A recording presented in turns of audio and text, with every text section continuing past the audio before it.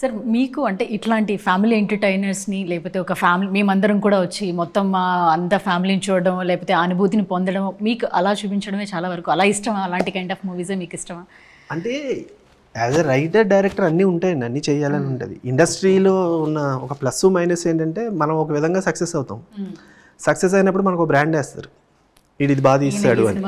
నేను రైటర్గా ఉన్నప్పుడు ఈవీ గారి దగ్గర కామెడీ తొట్టి గ్యాంగ్ కబడ్డీ కబడ్డీ చేశాక సతీష్ కామెడీ రాస్తాడని ఓన్లీ కామెడీ రైటర్స్ అన్నారు. శతమానుభూతి తీసాక ఇంత ఏంటి కామెడీ రాసా నువ్వు శతమానుభూతి తీసావా అన్నారు. శతమానుభూతి తర్వాత ఫ్యామిలీ అన్నారు. సో ఇప్పుడు రేపొద్దున ఒక కమర్షియల్ సినిమా చేశాను అనుకోండి, ఓకే మళ్ళీ కమర్షియల్ వైపు షిఫ్ట్ అవుతుంది. బట్ కానీ బేసిక్గా మీరు అడిగిన దాంట్లో నాకు ఇష్టమా అంటే ఇష్టమండి.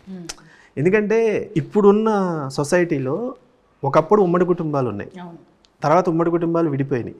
ఇప్పుడు చివరికి పేరెంట్స్ దగ్గర కూడా ఉండట్లా, పెళ్ళయింది అంటే సెపరేట్, అంటే ఇద్దరే.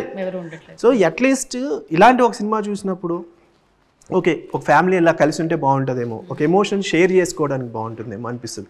ఎందుకంటే ప్రజెంట్ సొసైటీలో ప్రాబ్లమ్స్ ఎందుకు ఎక్కువ అవుతాయండి, మీకు షేర్ చేసుకోవడానికి ఒక పర్సన్ ఉండట్లా.